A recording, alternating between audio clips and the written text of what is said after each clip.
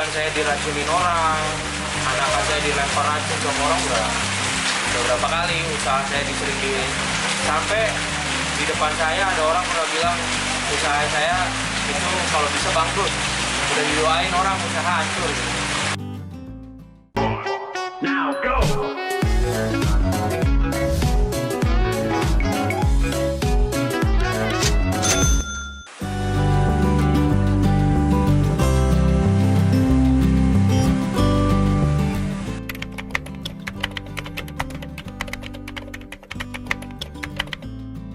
Awal mula bisnisnya sih biasanya hobi sih ya, emang basicnya hobi, kita senang sama ikan hias. Awalnya juga main lohan sama arwana, kemudian mungkin kan kalau lohan dan arwana sama cupang juga sih, itu biasanya kan dia harus single tank gitu kan, harus satu-satu. Jadi kita rada mana ya, pas nyobain miara mas koki, oh ternyata dia bisa digabung. Nah, itu mulai asal muasal aja dari situ, mulai ketertarikan sama ikan di sini.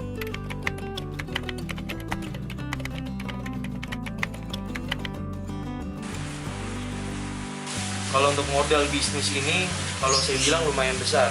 Tapi kalau untuk belajar aja, itu sangat minim modal. Kalau untuk bisnis sih awal ini kita harus minimal kan, pasca kita breeding kita harus punya hatchery atau tempat penetasan.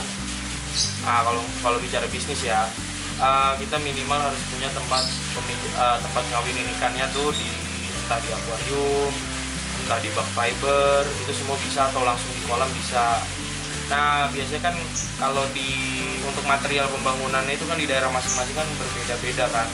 Kalau di tempat saya sih mungkin budget sekitar 10 juta, kalian udah punya tempat untuk breeding dengan kapasitas yang sangat minim.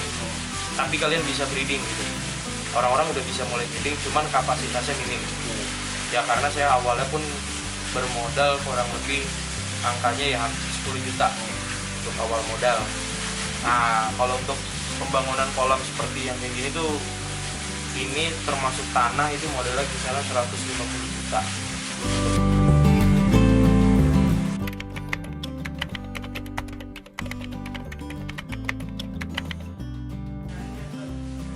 Kalau kesulitannya adalah yang pertama pakan alami ya. Pakan ikan jenis mas koki, mungkin cupang, mungkin lohan, mungkin ya kalau arwana nggak tahu ya. Nah, mungkin ikan hias lah, bahasanya itu pakan alaminya lah yang menjadi kesulitan para breeder. Ini bahasanya udah bukan pakan alami, udah harga mati lah.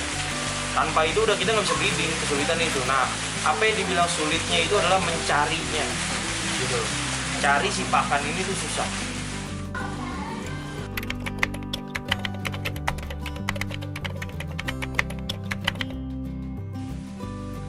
Di sini saya sebetulnya fokusnya di rancu,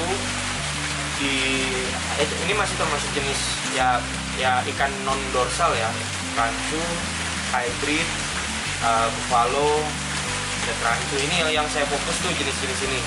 Untuk jenis yang paling laku di pasaran di saya sendiri ini adalah yang rancu tadi.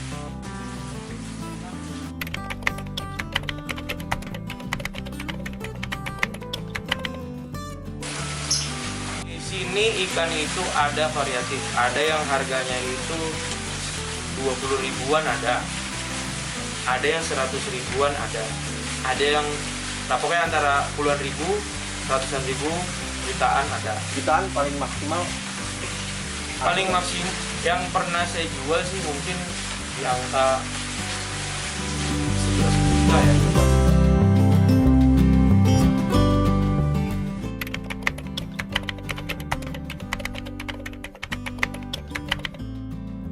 Untuk pemasaran, alhamdulillah kita bahasanya apa ya, kita mengandalkan memang dari seller aja sih. Ya bahasanya gimana pinter-pinternya seller jualan ikan. Yang penting sih kita nggak nipu orang lah ya bahasanya. Yang penting kita jual benar-benar ikan dalam keadaan ya seperti yang ada di video, karena memang basicnya ini kita jualan online. Nah, kemudian mungkin juga ada yang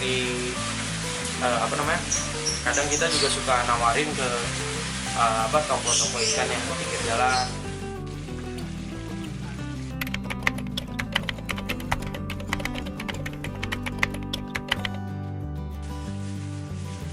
Wah, suka dukanya banyak banget lah.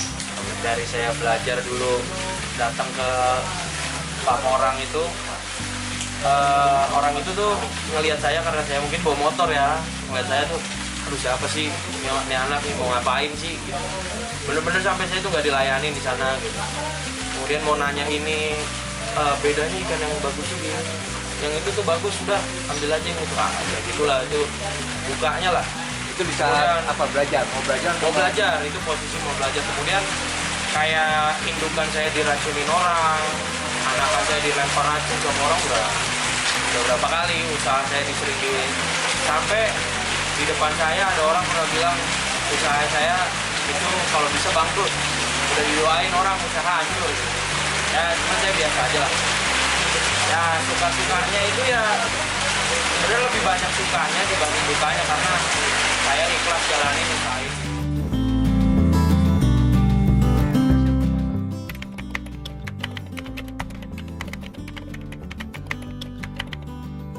Peluang bisnis ikan ini ya, jenis ini sih menurut saya bagus untuk kedepannya, karena